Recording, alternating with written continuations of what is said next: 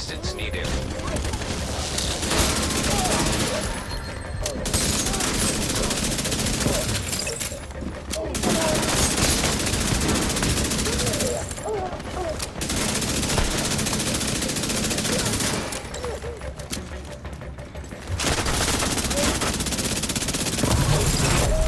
Heavily armored hostile detected.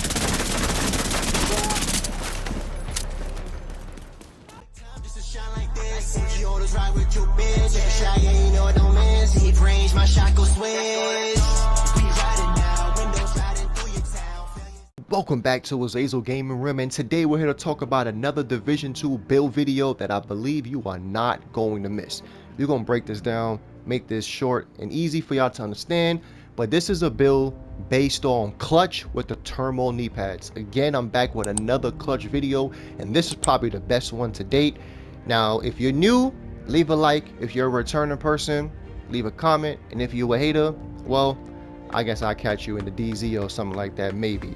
But I'm gonna break down the build. We're gonna get straight to it. I'm gonna have some clips playing to the side, maybe show some in the beginning, but I just want y'all to understand one thing. I'm gonna let y'all know this one time: this build is based on modifiers. The developers added modifiers to the game to make you play a different way, and this build synergized perfect. So you could play with it without modifiers, but this is specifically, if you're playing with this backfire in my hand, this is specifically based on modifiers. So I know y'all be like, oh, we don't know if it's gonna work. Trust me, give it a shot.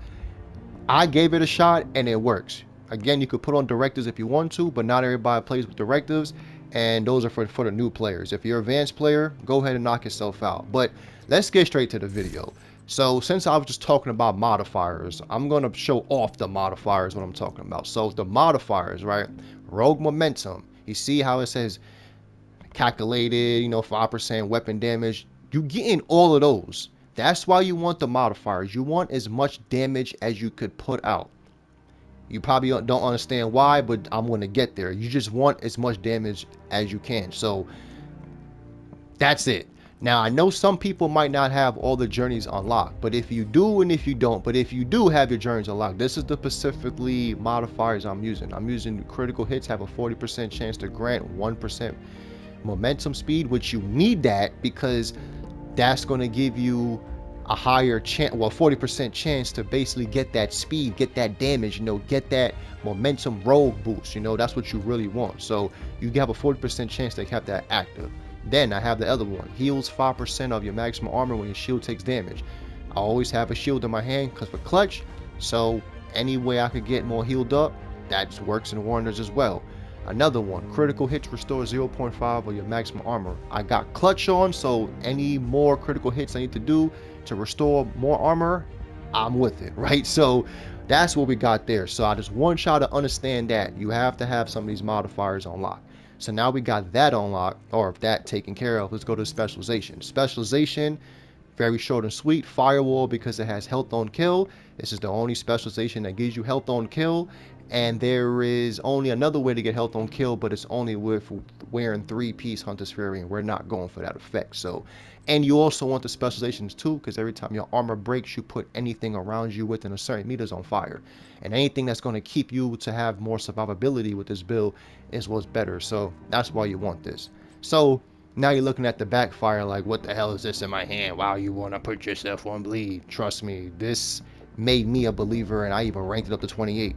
And I told everybody this gun is trash, but trust me, I'm gonna break it down to you right now. Listen, so the reason why I went with the backfire is it hits for 116.28k base damage. Like how I said, you want as much damage. You probably don't understand why, but we get to the knee pads, we're gonna break it down. You want 106, well, I got 116. You see, I go to any other SMG, it's not hitting nowhere close to that. Maybe the Ox P.E.K.K.A, but not even that, right? So even the Chatterbox and even these, so that's why we went with the backfire. So the backfire got 850 RPM, a 50 mag size, damage talks out of cover. And let's just break down the stats. So dealing damage to enemies at a stack of 2% critical hit damage up to 100 stacks. So that's basically 200 crit damage you're getting. Lasting up to 10 seconds on a reload. Apply to 10-second bleed to yourself, which deals 0.5% of your armor's damage per stack. So you're putting yourself on bleed but you're technically not really hurting yourself as much because that's when those modifiers come into play. Like how I said, you put on the momentum boost when you get the 40% crit chance, or the 40% chance of getting the momentum proc from critting, should I say. You get the swift speed, you get the movement speed, you get the damage. So you see what I'm trying to say. You're not really putting yourself on bleed. You're gonna put yourself on bleed, but you're gonna be running mad fast. You're gonna be running like you got the Lady Death proc. So it's really eliminating that. And then you're keep killing stuff. So you're keeping up this 200 crit damage added on, so which is 368 crit damage. So you're keeping that up, so you're consistently doing damage. That's why I went with this. And then you got 15% critical hit chance, you got 20%, well, you got a 20 round, you got stability, and then you got 15% critical hit damage. You can't go wrong with that. So that's why we went with this gun. Specifically, if you don't want to use the backfire, you could use a Vector SPR, put Sadis on it, amplifies weapon damage by 30% on bleeding enemies, which is probably one of the strongest amplified talents in the game. Like the Lady Death, that's stronger, but Sadis is very, very strong, very, very strong. So that's why I went with this one. So vice versa, you could play whichever one you want. And the reason why you're going with Sadis, because I think you see the chest piece we got here. But let's talk about these two brand pieces. The one with 2-piece Palisades for 60% health and 10% armor on kill. Everything you see here is crit damage and health, besides on the chest piece and the name knee pads, but everything on this is crit damage and health. So now let's talk about 3-piece Seska, right? So we went 3-piece Seska because it gives you 90% health. It's the highest health pool in the game. 8% critical hit chance. It has protection, which kind of helps with the bleed, but again, we got these buffs activated, this modifiers, we got those activated, so technically, but it still works. So we got perfect clutch. You don't know what clutch is, right here. If you're below armor, crit hits repair up to 2.5 missing armor. That goes in perfect with the other modifier I was just telling you about, with the more restore, or the more crits I get back my armor. So you see why that synergizes perfectly. Then you got kills allow up to repair up to 100% armor for 4 to 10 seconds based on the number of red cores.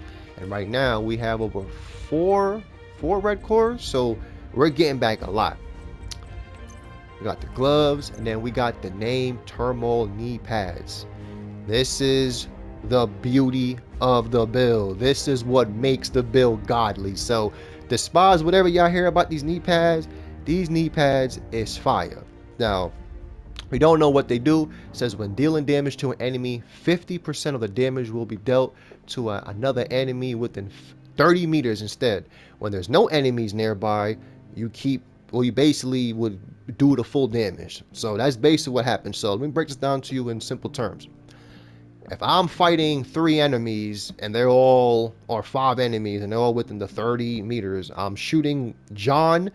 John is going to take damage, but he's going to take 50% less damage. But Sammy and Ron is going to take around the same. But if I catch John by himself when there's no NPCs around, I do the maximum DPS of my build.